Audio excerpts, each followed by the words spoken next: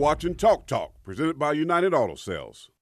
All right, welcome back. Of course, now is our time for our news and notes. South Carolina, of course, struggled last week, 1-3, and not a good record last week. Of course, losing to Furman and then 2 to Tennessee.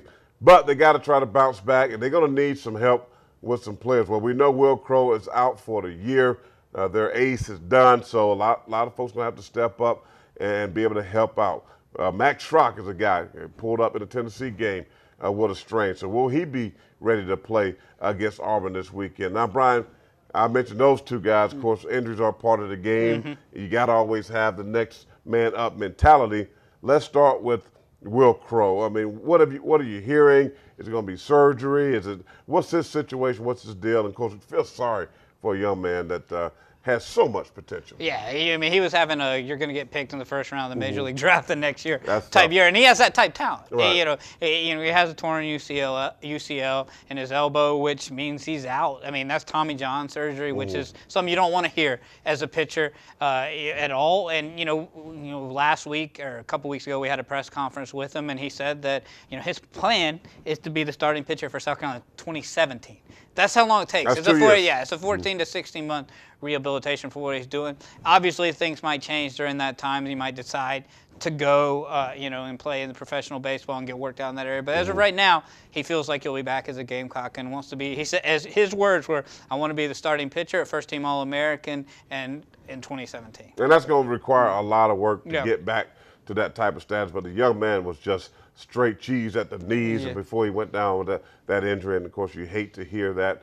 How do you feel like the pitching has bounced back without him? Because Jack Wynkoop has been phenomenal in that Friday night role. The game that they won on the road, he pitched phenomenally in that ball game. Of course, who else can step up? Who can fill the void of Will Crowe being absent? Yeah, you know what? I really think it all starts with Wynkoop. He's really, the last week, because of finding out that Will Crowe was going to be out, they kept him at the Friday night start, which just happened to be, since the series started on Thursday, the Friday night start the next weekend. So he's a Friday night guy again, and you mentioned he's just throwing lights out right now and been amazing in his last two outings. But beyond him, Vince Fiore had kind of stepped into one of those starting spots, and Clark Schmidt's done a really good job. They feel like they could use Josh Reagan.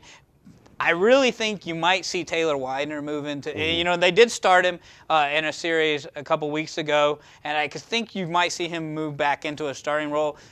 Chad Holbrook keeps making that Sunday starter, the third game starter, whichever way you want to look at it, a TBA, because he wants to have all the arms available for the first couple games. It's really just a piecemealing situation. They don't really feel like, and even before Will Crowe went down, that's what they were doing, because Jack Wynkoop wasn't pitching the way Jack Wynkoop's right now as well, and, lights out for the last two games. So, that's, once again, consistency. They're trying to figure out who they are and who the best people at the right spots are, but they still got a little time.